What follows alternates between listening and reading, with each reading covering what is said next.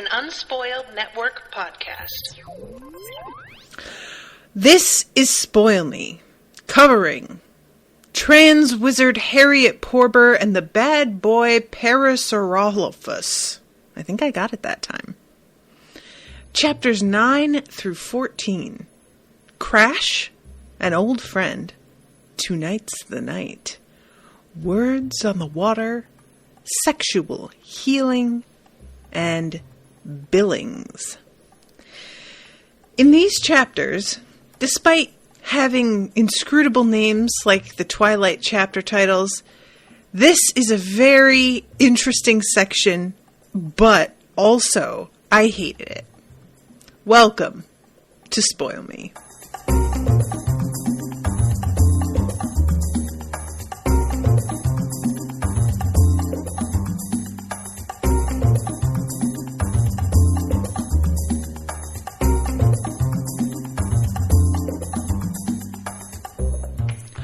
Welcome to the show, everyone. I am Natasha. Thank you very much to Krista for commissioning this episode. Krista is here in the chat, and so is Kyle. Hello to both. So this section, why I say that I hated it, because like earlier, Krista was asking if I would ever forgive her for commissioning this, and I told her this isn't even the worst thing that I've read, or maybe even the worst thing I read for this show. Like, it's just... This section it has to exist because of the nature of what this book is spoofing. And I mean that both in that it's like a bit of a Harry Potter homage or nod. It's nodding at Harry Potter. I wouldn't like to say it's an homage. And the fact that it's, a cheesy romance trope setup kind of situation, right? But what happens in this section, to just jump ahead with spoilers a little bit, is that it turns out Bellatrix isn't gone, which nobody's surprised by that, and that Braco remaining like on the island and in the picture was also a very bad idea. And we have this moment where like this dude that we're supposed to admire and trust his like decision making tells the girlfriend who has been harassed and threatened and almost killed by a pair of people in his life to go off with one of those people after she has been threatened, and really thinks that this is like the smart thing to do. And it's infuriating to read. It's also kind of understandable in terms of a character thing, because he's wanting so much to believe that his like friend has redeemed herself and is becoming a better person. And we'll get there, but I just can't with this sort of like blindness to the reality of who people really are. And I mean that in everything that I read that does this sort of thing. It's really tough. Like, when I put myself in the shoes of somebody who is dealing with friendships like this, I understand the desire to give your friends the benefit of the doubt. I understand feeling guilty for doubting them in the first place, But when it's like not even you putting yourself on the line and risking you and your own self to see if your friend is truly changed, but you're putting somebody else's safety on the line, that's where I draw my line in the sand. Like, I can't. You have to take the risk yourself before you're going to be putting other people in the crosshairs, So, all right, let's back up. Chapter 9, Crash. So, Snape has moved in with Harriet in this section. Snape is sort of feeling the same way that Harriet has been, in that he doesn't like being where all of these bad things went down between him and Harriet, between him and Bellatrix. So the idea of like going up and living where she is appeals to them both, getting sort of a fresh leaf thing, And they have several weeks together and things are going really well. He's working on his recording. He released the like cleaned up, polished version of the song that leaked and went viral. And it's been welcomed with open arms. And now people are asking him to come out with a whole new album. And it's just feeling really positive. And Harriet is refining the spell that she wrote the draft for, and she's really feeling good about that. So things have been going pretty well for them.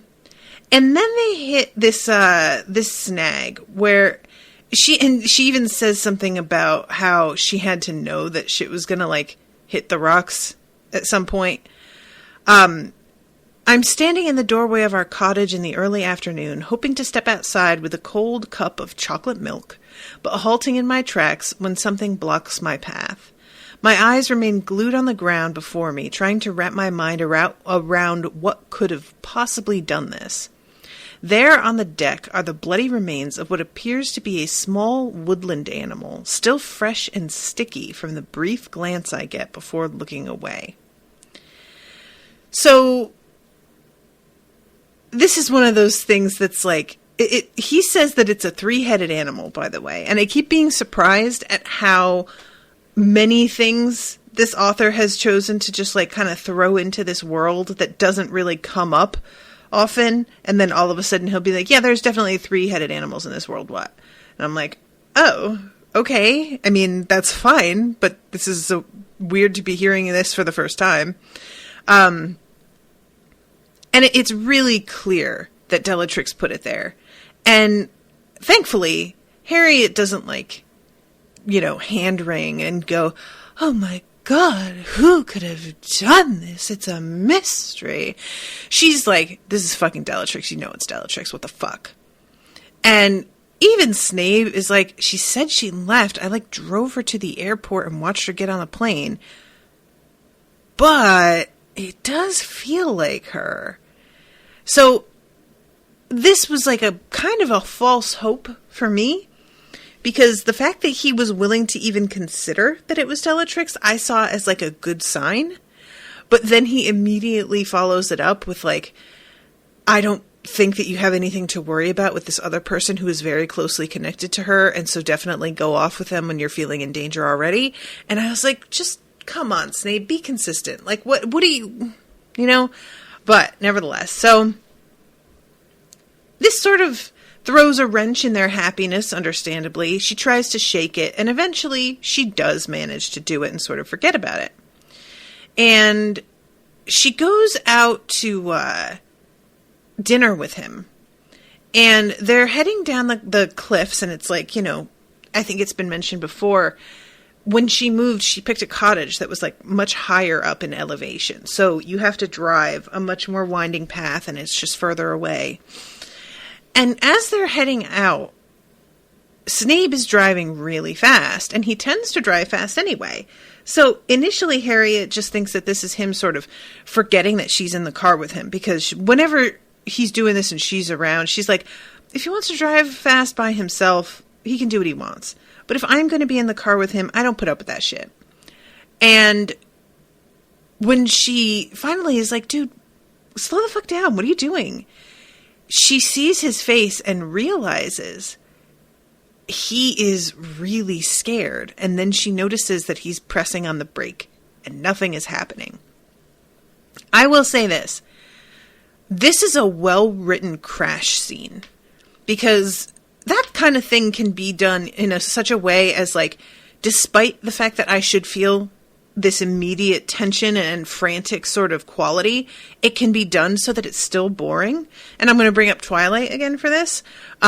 Those of you who listen to my coverage of Midnight Sun with Miles know there's the detailed chase scene from Edward's point of view when he's going to try and save Bella at the end of the first book when she gets kidnapped. And I was really excited to see exactly how that went down, because I had always wondered, and it was a really great opportunity to give us that side of the story. And instead of getting to really see the tension of it or the excitement of it, it's the most boring, drawn out. I mean, it's unbelievable how somebody can write an action-packed scene like that and you feel like everyone is standing still.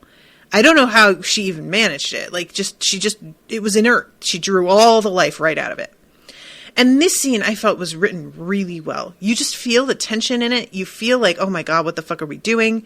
And there's a moment where this is the thing. And again, it really works in the tropes that not even just romance stories have, but just like basic stories have. Every single time some shit happens and goes down, Harriet doesn't have her wand with her. Every single time. And like this time, I left my main wand at home, but fortunately I keep a spare in the glove compartment. So this is a thing that really for me, I understand trope-wise why this has to happen, but it doesn't work for me because she feels like she's in danger. She's feeling paranoid. And there is no reason why somebody who feels that way would go out and about in the world without their wand. And this, later on, she is like fleeing the island. And she has her wand in her bag packed in like another section of the boat that she's in, instead of carrying it with her. And I just don't buy it. If you're at all concerned about your own safety and you are a wizard, you would just have it with you all the time. End of story. That's all I got to say about that. However, in this moment, she's looking for her spare wand that's in the glove compartment, and I really love this. Frantically, I tear it open and begin searching. I keep automatically converting everything to past tense just because I'm so used to that, but this is a present tense book. Frantically through the registration and insurance papers within, desperate for this powerful tool. I know more than a few spells that can slow us down, but I'll need to find a wand before I can cast them. We're coming up on the first switchback dangerously fast now, and without much time to consider his options, Snape yanks the wheel as hard as he possibly can. We round the bend with a loud screech, just a few feet shy of careening over the edge.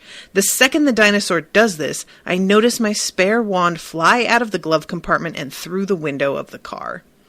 And I was just like, all right, look, if you're going to have her not have her wand on her, you may as well just have the spare wand go out the window. Like, that's fine, you know, at this point, why not?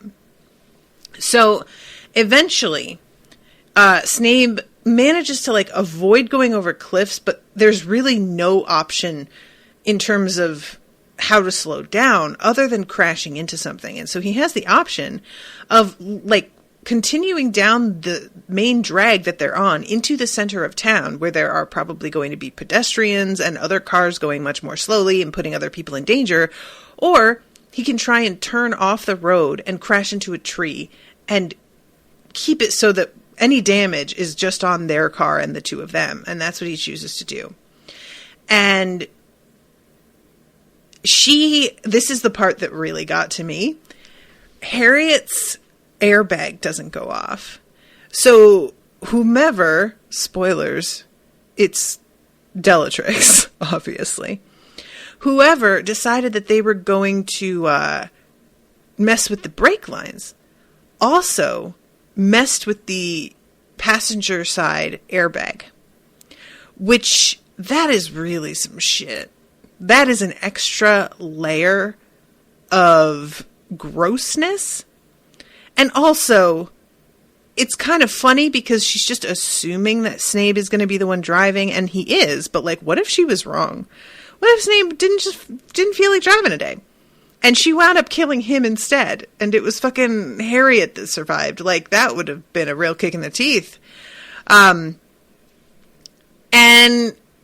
Snape gets out of the car because he's like, fine. He had the airbag, and that apparently, like, saved him from any injury. But Harriet is dazed, and she's got, like, potentially some cracked ribs. She's got a concussion. It could have been much worse, but she's not in great shape. And when he's, like, standing over her and trying to ask if she's okay, she can't even, like, hear him. There's just this ringing in her ears, and it's hard for her to really process what's even happened just now, you know? So she and Snape are at the hospital, get the update on the whole thing. The sheriff is here to, like, find out the evidence that they've got. And she wants to mention that they're pretty certain that it was Bellatrix, but she just feels like they don't have any evidence of that. It's just their gut feeling, and that's not anything. So they just kind of don't tell anybody about this suspicion of theirs, you know, which I understand. I mean, what are you supposed to say? So she goes home, and she is basically, like, on her own a little bit here because Snape has a concert scheduled. And I was like really startled by this. Again, it makes sense because you have to have her dealing with whatever danger she's going to be in by herself. This is another romance trope where the protagonist needs to be isolated from anybody that makes them feel like they are safe or comforted and put in a situation where they have to fend for themselves completely so that they can either be in charge of saving themselves, if that's the kind of book we're writing, and this one is, or to give the hero who they are in love with a chance to come and rescue them in an incredibly dramatic and unexpected way. But nevertheless, I'm, just in a car accident with my significant other, and I'm pretty sure that it's like a psychotic, obsessive ex who damaged my car on purpose and also disabled the airbags so that my partner was guaranteed to die, hopefully. I'm not going to the fucking concert I have scheduled. Call me crazy. I'm canceling that shit and everybody can suck an egg. But Snape just goes. And this is just one of those dude. Now in his defense, he does get in touch with his old bodyguard. And, surprise, his bodyguard's name is Bumbledore, a huge woolly mammoth. His hair is scraggly and white, and he's wearing a tall, wizardly hat that demands respect. I don't believe you. I just don't. Nobody who's wearing a tall, wizardly hat demands respect. That's just not how that happens. Okay? However, Bumbleborn's involvement in the story is done in a pretty fun way. So, he's extremely intimidating, but obviously kind of a softie. But no fool. He's here to throw down if somebody tries it, but he would rather you didn't, is really the vibe you get. And I love this moment. I'm gay, Bumbleborn says. What? I stammer, a little confused. That's cool. I just wanted to say that clearly in this story, instead of claiming years later it was there in the subtext the whole time. The woolly mammoth continues. Nice. Nicely done. I like it.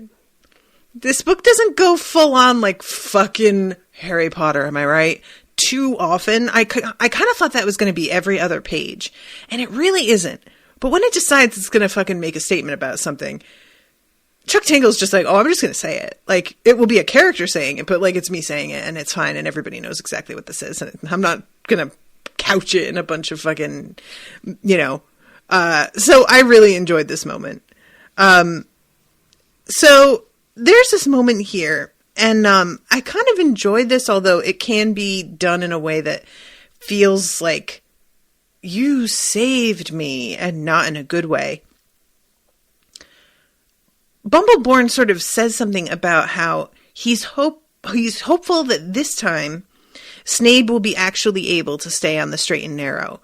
And it's sort of the first time that Harriet has realized, and it's kind of like a bit unwelcome to hear, actually, that Snape has tried to go clean before. He's tried to stop drinking before. He's tried to, be better before. And he hasn't stuck to it. She has sort of been operating under this assumption that he's lived like a bad boy his entire life, and him turning over this new leaf right now is purely due to her influence. And she seems to think, because of the fact that he has tried this and failed before, that is more worrisome than if this were his first try. It's an interesting perspective, because there's part of it is this feeling of her wishing that she were responsible for motivating him to try and make these changes. I understand that to a degree, but it's a really immature sort of point of view. And on the other hand, she feels like, oh, if he's tried and failed a bunch of times, then it's not even like, you know, I was sort of hopeful that he had never tried, and so he didn't realize how great he was going to feel. And it would be sort of easy for him once he realized how much better life is once he's stopped drinking and acting this certain way. But instead I'm finding out that he has tried this before, and he felt great, and like, you know, things were going better, and he still just fucking fell off, and that sucks to know. The thing is, though, as a 36-year-old woman who has gone through a lot of the same cycles over and over again, both personally with like trying to get myself into healthier habits, make better choices for my life, I know how it just doesn't take the first, 15, 30 times. It just doesn't a lot of the time. When you're dealing with something like a real, like, addictive substance, like alcohol or drugs, it's a whole other animal. I'm just dealing with trying to make better choices with, like, exercise and food and habits for, like, my mental health, which is hard enough. But when you have shit that's, like, changing the physiology of your body, that's a real battle. That's, like, a different beast, in my opinion. And the fact that she seems to hear that he's tried this before and gets saddened by it, to me, the more times you've attempted this, the likelier this time is to stick than other times.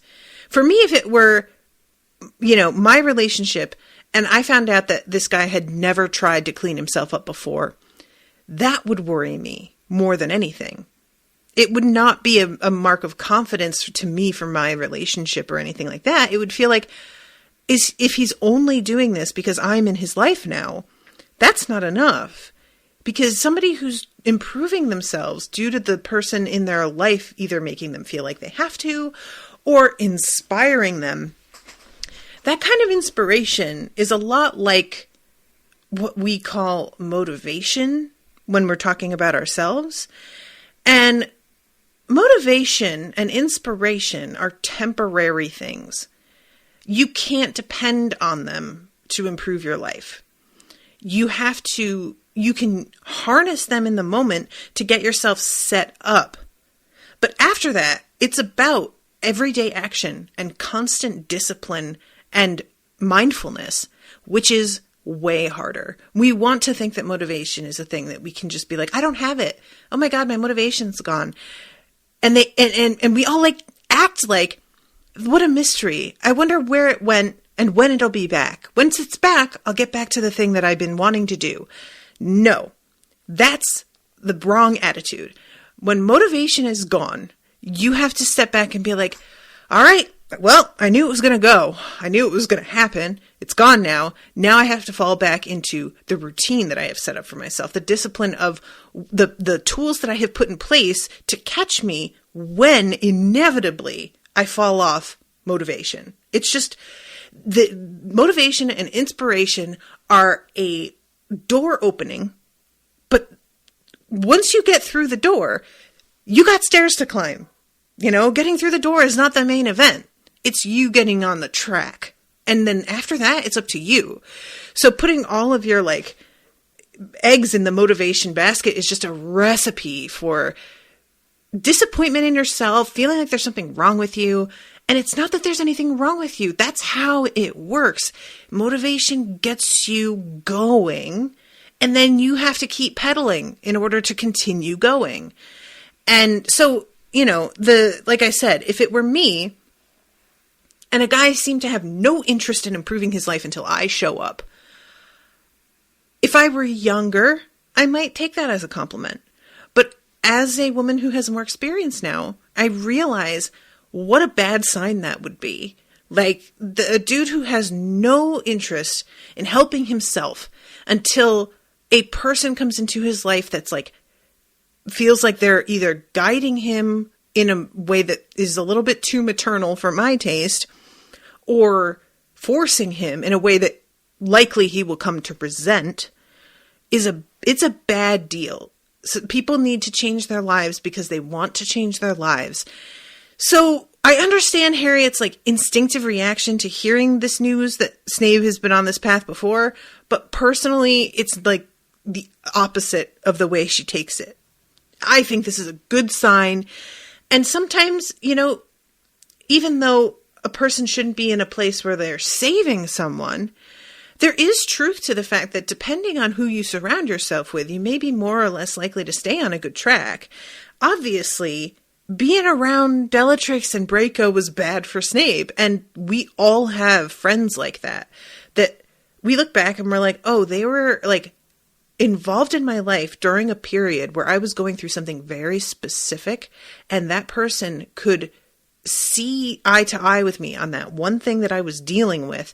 And so I stuck with them because of what I was dealing with. And that can be, for a lot of us, it can be people who have the same like bad habits that we're trying to break. People who also really love to overeat and not move. People who drink. People who do drugs. And we'll look back and realize like, man, I like this person, but being friends with them was bad for me. And it kept pulling me back into things that I didn't want any part of because my friend needed me to continue being unhealthy to make themselves feel like they weren't stuck, that this is just what everybody deals with. You know, so anyway, I found this interesting because it's sort of like, I know that the whole like, oh, he drinks too much, he has a drug problem, kind of like bad boy thing is probably used in a lot of stories like this. I don't read a lot of romance, and most of the romance that I've read is like historical fiction. So often those bad boys are much more like, oh, he gets into fights too easily. He has a short temper. He doesn't listen. It's much more like a behavioral thing and less an addiction thing.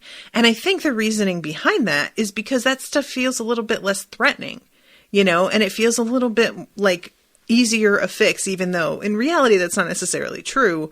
But, you know, abuse of substances is a different animal. So I feel like sometimes that's not something that we want to put into our romances because we're just like, ugh, I don't want people getting involved with somebody who, you know, could potentially be really dangerous for them. And that can happen if somebody gets drunk and beats you, or, you know, if they have a drug problem and they just start selling all of your stuff. That can happen. But this is an interesting one. I haven't read a lot of like modern romance that's set in the present, and I wonder how much this comes up now. How many writers have like their bad boy character be dealing with this kind of thing, and then they like write it as if the woman saves them from their addiction, because that feels like a really bad precedent to set. You know? Krista's in the chat saying, I did not pay to get called out. I'm sorry, ma'am. Listen, I say all the things about motivation from the place of somebody who has only like just figured this out over the past like half a year, you know, 10 months. It is not a happy place to be, to realize how fleeting the better emotions are sometimes. Like, we want to be joyful and we want to feel driven, and that stuff fades, and you just want to unlock the motivation level up in your game. And based on the way that like movies and TV have shown us things work, it feels like that's how it does work. Like, once you break through a particular barrier, now you have achieved motivation. And it's done. And now you're good to go. You have just become better. And I've been waiting for it for a long ass time. Decades now. Decades. For me to unlock my motivation. And then I realized, no, motivation is like a power up that it, you know, once you use it, it's gone and needs time to recharge for like a month and a half. And it's just a temporary little button you press, get a little boost, but that shit don't stay around. It's not a level. It's just a little like accent. It's a dollop of cream in your coffee, you know? So, all right, back to the story. So he goes to this concert in Dublin, and she considers going with him. But she's just, she's had this like crash. She's still like having pain when she just walks around. It's not a good idea. And meanwhile, Bumbleborn is out here putting magical eyes around the house, which are basically security cameras. And that made me feel better as a reader, but then it becomes quite clear quickly that they are not really going to be much help. So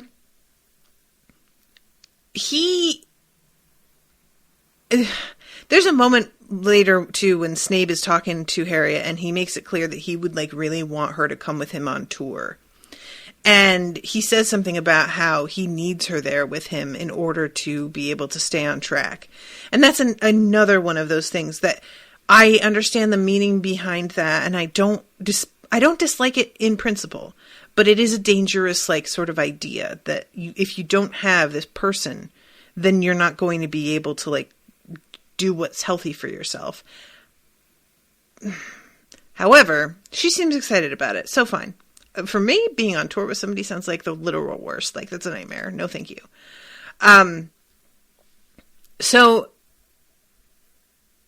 let's see. I'm trying to find the spot with, okay.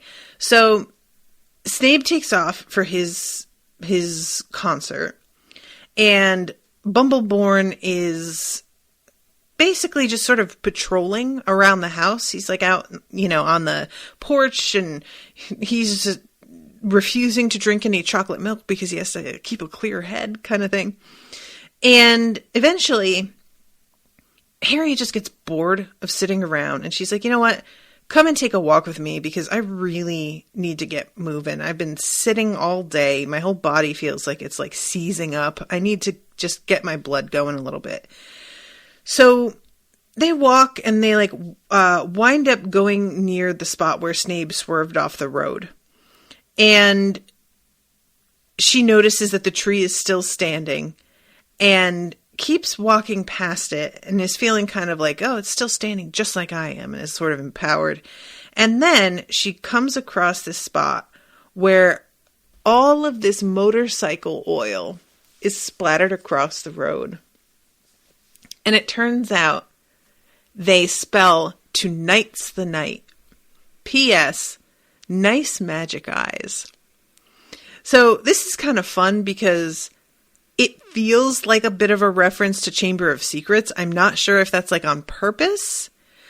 I don't remember if there's a moment where in Chamber of Secrets it says specifically "Tonight's the night." I think it's just like "Tonight the Chamber of Secrets will open" or something, But I like to think that's what this is a little bit. And of course, this gets them both pretty flipped out. Obviously, this is evidence Bellatrix is here. We're not fucking around anymore.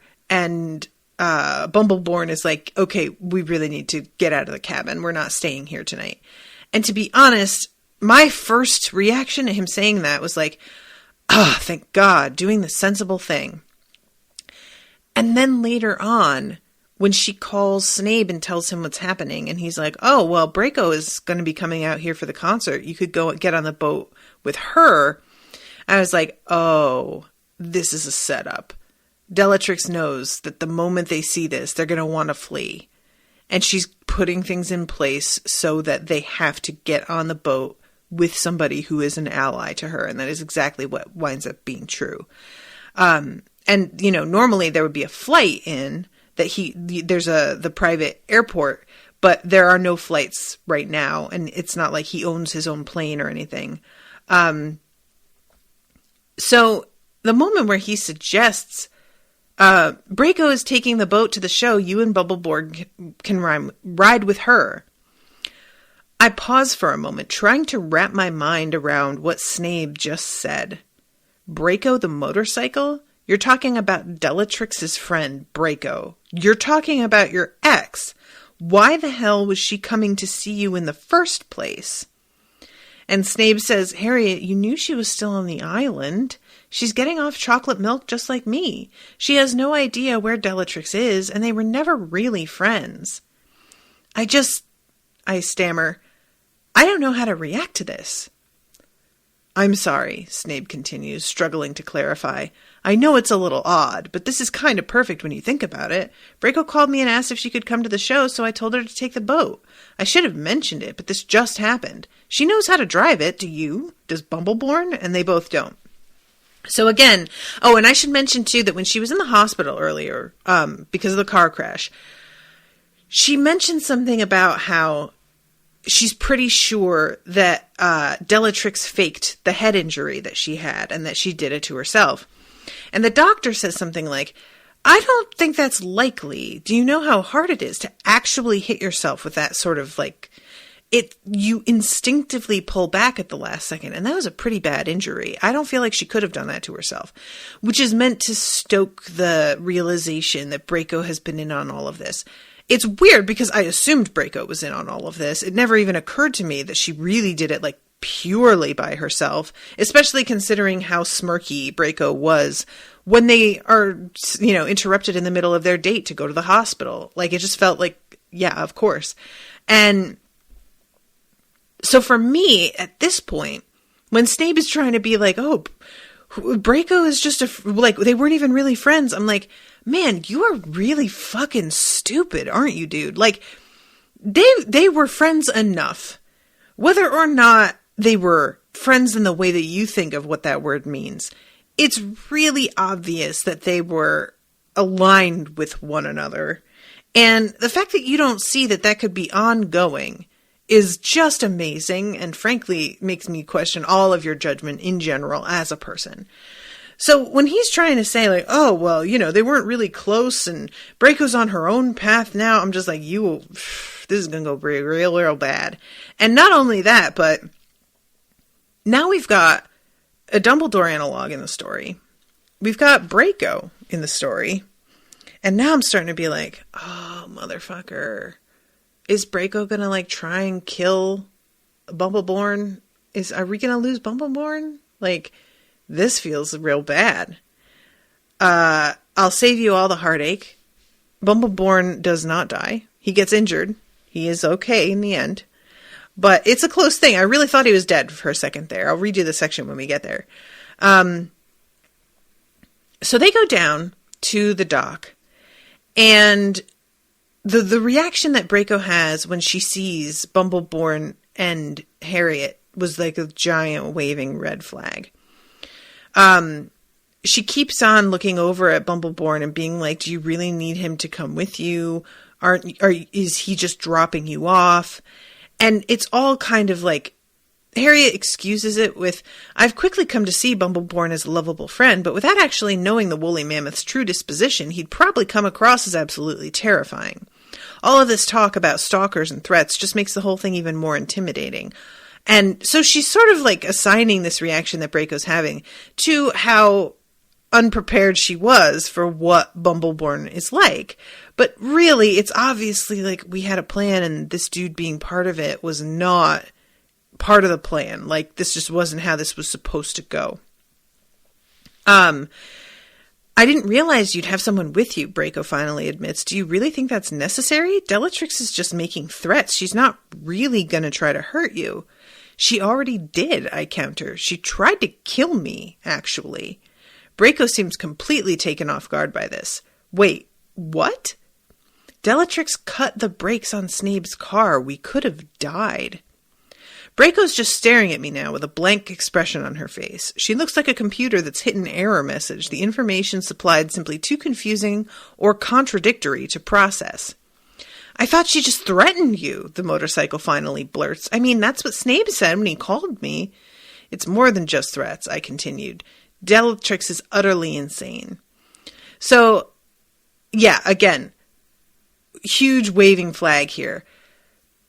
Draco doesn't want to hear what Bellatrix was actually up to because Draco has already agreed to get involved with this and is underestimating what Bellatrix is capable of, is realizing that they have underestimated, and is choosing to pretend that they didn't just find out this information because it's very inconvenient and they don't really know what to do with this, in this moment. They can't just stop and show their hand and be like, well, then I guess you shouldn't come with me because Bellatrix is definitely planning something. Braco it's just very, very clear what's happening here. So they get on the boat, again with the fact that Harriet leaves her fucking wand like in a bag that's put in the front of the boat, and she's like completely unarmed. Bumbleborn is very relaxed. He has his wand on him, but it's not in his hand. And they're hanging out, and she's just sort of looking around, realizing how much, and I thought that this was a weird thing, but it becomes important later. I've never been this far out on a boat, and I begin to notice the pockets of floating debris that drift this way and that through the rocking waves nearby. There's not too much of the stuff, but every once in a while you'll catch sight of some driftwood that's been tangled together in the currents, trapped in a never-ending cycle as it moves back and forth between the islands but never finds a place to land. I wonder how long these logs have been out here, thinking back on stories of bottled messages that drifted in the sea for 20 or 30 years. Yada, yada, yada. So this all sort of lulls her into this false sense of security. And she's talking to Bumbleborn, and he's about to reply. His eyes glance upward slightly, locked onto something over my shoulder. I don't even have time to glance back before there's a loud blast of magical energy and flame, a bolt launching across my field of vision and slamming Bumbleborn in the chest. Immediately, bright red blood starts to surge out through the mammoth's fingers, spilling down the front of his shirt in a horrific crimson waterfall. Dark magic swirls around him, drifting off this new wound in toxic vapors. The second Bumbleborn realizes what happened, he starts to fumble for his wand, but by then it's already too late. The mammoth falls forward and slams hard against the deck, his body completely rigid. So yeah, I definitely thought he was dead. Of course, she turns around, and there's Bellatrix, and Braco, for her part, is like, what the fuck are you doing? You fucking killed him. Oh my fucking god. What? I'm gonna be seen as an accomplice. And Bellatrix is like, there's no such thing as, like, an accomplice if there was no witness to a murder. Basically saying, oh, I am definitely going to kill Harriet. And Braco, of course, begins to panic and is realizing this has gone way further than I was prepared for. Braco still doesn't quite realize the problem here, though. And this becomes a lot, like, it becomes clearer as Bellatrix starts to unveil her plan, do her, like, sort of bad guy monologue here. First, Braco's happy to see that Bumbleborn is still alive because he starts moving around. And Bellatrix tells Braco, go and get his wand. And because, like, basically Bellatrix sees that he still has a wand close enough to reach, and she's about to just kill him out of hand. She's about to use the same wand on him. And it's a weird thing, too, when they describe the attack. Let's see. I spin around to find Bellatrix standing with her arms outstretched and a beginner's wand held tight, a wild look in her eyes, which are bright red from an endless supply of sleepless nights and streaming tears. Most wands are only of use to seasoned wizards, but there are a few whose function have been dumbed down into a single spell of aggression sold back and forth on the wizard black market. They're unreliable, especially in the hands of an amateur, but they get the job done. So this is sort of a weird thing. I guess that, like, she's not really a wizard. Like, it just doesn't sound, I just sort of had assumed that the two of them were also wizards and that they used wands. And then the way this is written, it feels like this is a universe where, like, magic wands can be used by anybody, but not everybody actually practices magic, which, I don't know. It's a weird moment there where I was like, I'm not really sure what this means. Like, most wands are only of use to seasoned wizards. So, is she a wizard and she's just not seasoned? Or is she just not, like, a beginner? Like, why wouldn't she have been practicing then this whole time? It just feels like that's something that it's like learning to read and write. If you have the ability, then you would hone it, I would have thought. So this is sort of an odd, it's almost like Hogwarts overlooked her, you know, even though Hogwarts isn't really a thing in this world. But, so anyway, Bellatrix she's got this wand that she's going to use on Bumbleborn when she sees that he still has his weapon and he could do something.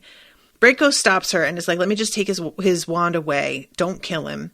She gets his wand, and there's a moment where Draco has the choice to either use it against Bellatrix and sort of redeem herself in the eyes of Harriet, or she can do what Bellatrix tells her to do, which is to just throw it over the side.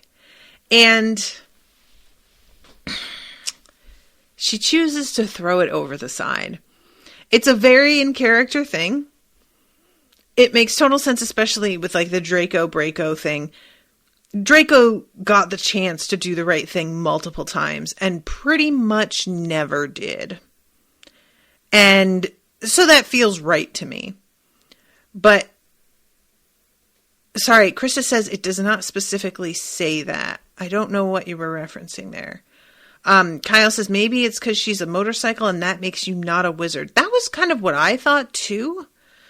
And I don't know, like, what the sentient, like, you know, inanimate objects, what their deal is in this world. If that's how that always goes, or if it's like it is with people where some of them are and some aren't. I don't know. So Draco throws the wand over the side. Oh, that was for the Chamber of Secrets comment about 10 minutes ago. Oh, wow. Okay. My bad. So Bellatrix says when she throws the wand over the side, thanks. I'm sorry. You're making this really hard on me, but it only works if Snape thinks you were the stalker. The motorcycle raises her wand and shouts out a staccato incantation, firing 3 bolts of dark magical energy into Draco. The motorcycle cries and wobbles a bit, then tumbles to the deck. Soon, the pool of motor oil begins to grow even bigger across the yacht's stark white floor. So, Draco, honestly, like, I am kind of here for the fact that Draco dies. Because I kind of thought we were going to have this whole thing later with, like, are we going to forgive her or not? And I'm not interested. You know, she had every chance. She chose to do the wrong thing every time. I don't have any sympathy. I feel the same way about Draco. People try and make it like Draco is this tragic hero or... No. He's just a bad person. He's just a bad person. There are people like that. It's fine. So Harriet tries to sort of keep Bellatrix talking because she knows that buying herself some time might be the one way that she can get out of this. And she's going for her phone, and Bellatrix thinks that she's trying to call for help and starts laughing. And it's like, there's no service out here. Like, what are you talking about? And Harriet's saying, I mean, if you kill me, do you really think that Snape is going to want to be with you when you're a killer? And she's like, no, this whole thing is going to look like Draco's the killer.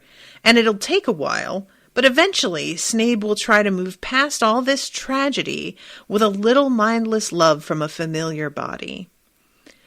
I don't want to give any credit to Bellatrix's absurd prediction, but the longer I allow her words to simmer in my mind, the more I start to realize that she might be right. As a romance bad boy at the end of his novel, Snape has been making good choices at every turn, but something this traumatic could easily send him back over the edge of self-destruction. I mean, maybe, but like, I don't see how both you and Draco can be dead and he doesn't realize that Draco wasn't the one. Whatever else Bellatrix has got set up, if she has anything, to make it look like this is solely Draco's doing, will have to be pretty fucking convincing. Because when everybody involved in protecting your girlfriend, plus your girlfriend, is dead, and there's one person left standing who you've known to be extremely unbalanced in the past, I feel like it's logical to fucking think they're going to be the one you suspect of having done the thing. But Bellatrix is bonkers, so it's fine. So, It turns out that the reason that Harriet is reaching for her phone is not to call for help, but to press play. Because her Bluetooth is still connected to the speakers, which reminder, we heard the speakers when Snape was like messing around with Harriet way earlier. And they are so loud that they cause the like boat to shake. Like it's that kind of thing. So the music begins really suddenly. Bellatrix jumps and like fires off a shot like, wild.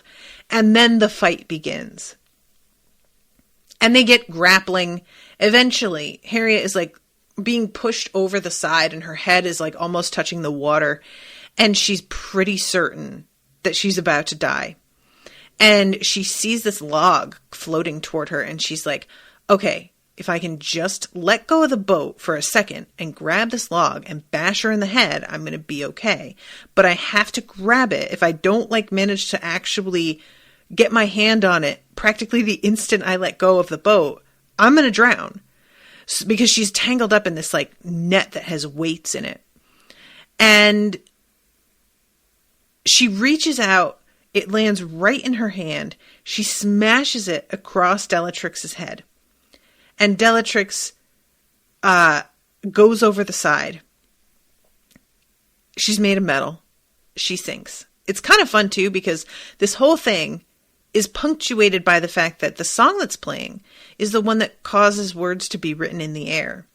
So while they're fighting, the narration of their fight is like written.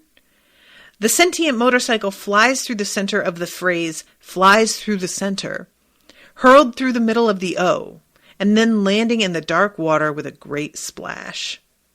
I find that very fun. I really like that idea. So Harriet is standing there with the fucking log that she bashed Bellatrix with, and she drops it on the deck and then looks down and realizes that it's the oar that she tossed into the water that Bellatrix had used to fake her injury, which I really enjoy this. I really like this coming back. Because throwing the oar into the water, it was a weird move, and it was like focused on enough the way that the text was written that I was like, that feels like it's going to matter, but I can't imagine. So she comes to this conclusion here that is kind of cool. Remember how the whole spell that she had been working on writing was meant to give you what you need when you need it? Earlier in this section, she tries out the spell for the first time, and it seems to sort of sizzle and then go dead. And she's like, okay, this clearly still needs some work. It's not, producing the results that I expected. But after she realizes that this oar, like, literally landed in her hand when she reached out for it, she thinks that the spell is just, like, kind of on a delay. It'll give you what you need, but not necessarily in the moment that you cast it. It'll give you what you need in a moment of extreme need, not just, I'm sitting here, I'm casting a spell because I feel like a cup of tea and there's the cup of tea. It's much more for like sort of emergency situations and preparing yourself. And I thought that was a really cool idea. I like it. It's a nice way to sort of explain away how coincidental it is that this thing showed up. I just thought that was cleverly done. I liked it. So there's that. So the next chapter opens at the hospital. I forgot to mention, at the end of the last chapter after the fight and after Bellatrix goes down in the water, it becomes clear that like the music blaring, the words written across the sky, the sound of like shots being fired and all this magical light show that's been going on, it has caught the attention of the Coast Guard. So they are coming to help, and that's how they wind up being rescued, because she doesn't know how to steer a boat. So this chapter starts off in the hospital, and Bumbleborn has been stabilized and is going to be okay. She is like pretty much fine. She had that fight and she didn't really sustain any serious injuries from that. And Snape shows up and is like apologizing for the fact that he didn't realize how much Draco was bad news. And the two of them eventually, like, Bumbleborn is just watching them moon over each other and, like, kind of make out. And Bumbleborn is like, all right, guys, get out of here. I'm sick of the two of you. Go get a fucking room. And they're like, all right, we will. And they go and get a hotel room. No, lie. They go and get a hospital room a little ways down the hall.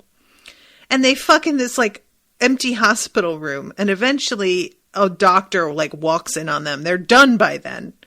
But that is one of those things that I think like, as a grown-up, I'm just like, oh my God, that is so risky. And then I remember the shit that I did when I was young and where I was willing to have sex. And I'm just like, oh, I totally would have done that shit, actually. Like, I take it all back. I can't even act shocked. Like, yeah, that feels right.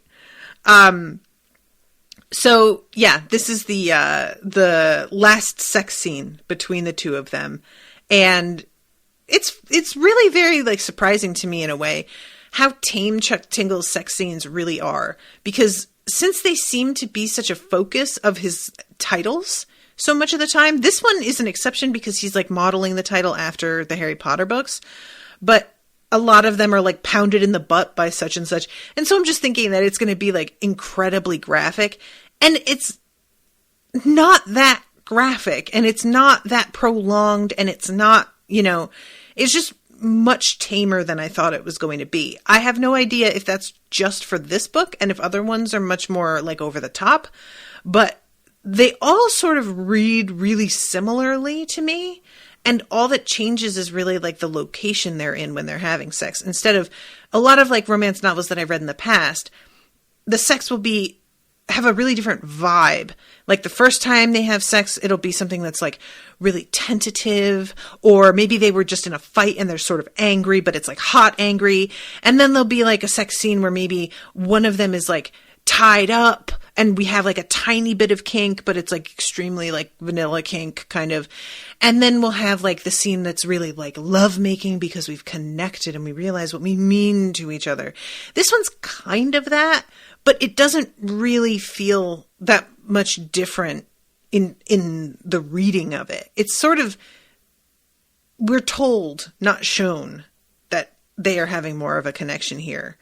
But anyway, so yeah, I just wanted to mention that because, like, the sex scenes in books like this are what you're, like, a lot of us are here for, allegedly.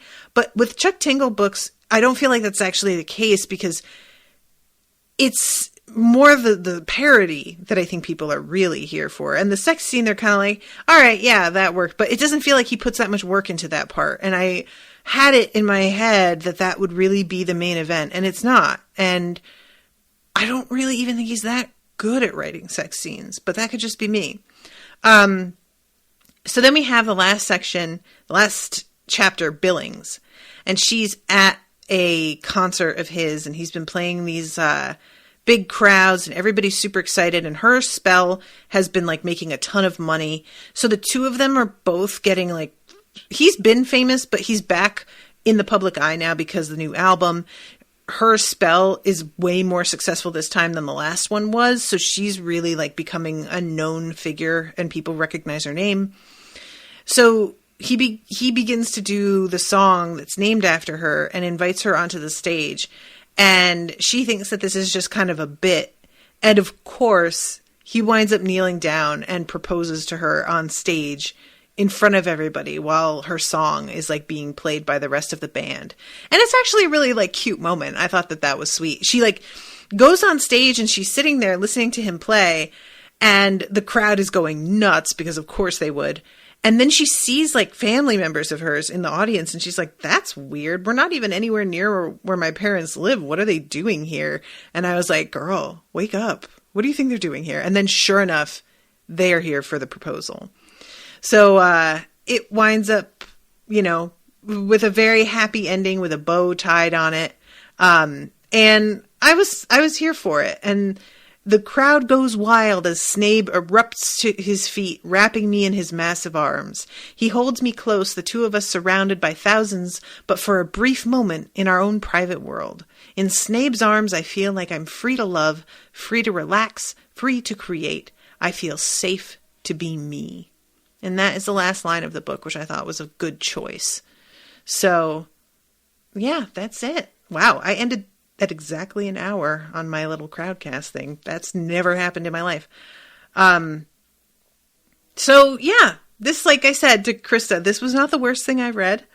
I thought it was fun. It's just baffling at times. I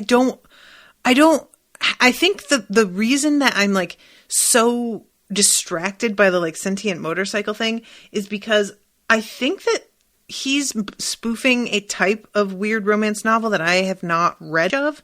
So that came completely by surprise. I mean, obviously too, having like the dinosaur thing, there's so much like dinosaur erotica, Bigfoot erotica, like that stuff has become its own niche, and that's part of what he's spoofing. So I think I'm just not familiar enough with that to have seen it coming. And I was just, that seems to be part of his brand at this point. And I don't know that because I'm not super familiar. So, but hopefully I did it justice. I think that listening to this instead of actually reading it is probably a better experience, but I could be wrong about that. I would like to hear y'all's take. And thank you, Krista, for commissioning it for me, even though it was a weird choice, but I appreciate it. And I'm glad to have read something of his because she's just somebody you hear about all the time. I've never actually sat down and read anything, not even a short story. So, Krista says, ready for the next Chuck Tingle book? I don't think so. And that's not to say that you can't commission it, but I don't think I'm ready.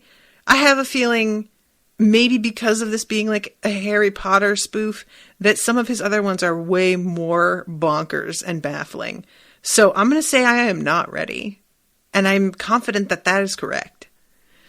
All right, guys, I'm going to wrap up, but thank you again so much for listening. I hope that you enjoyed it, and I will be seeing you maybe eventually, who knows, with perhaps more Chuck Tingle. Until then, toodaloo, motherfuckers.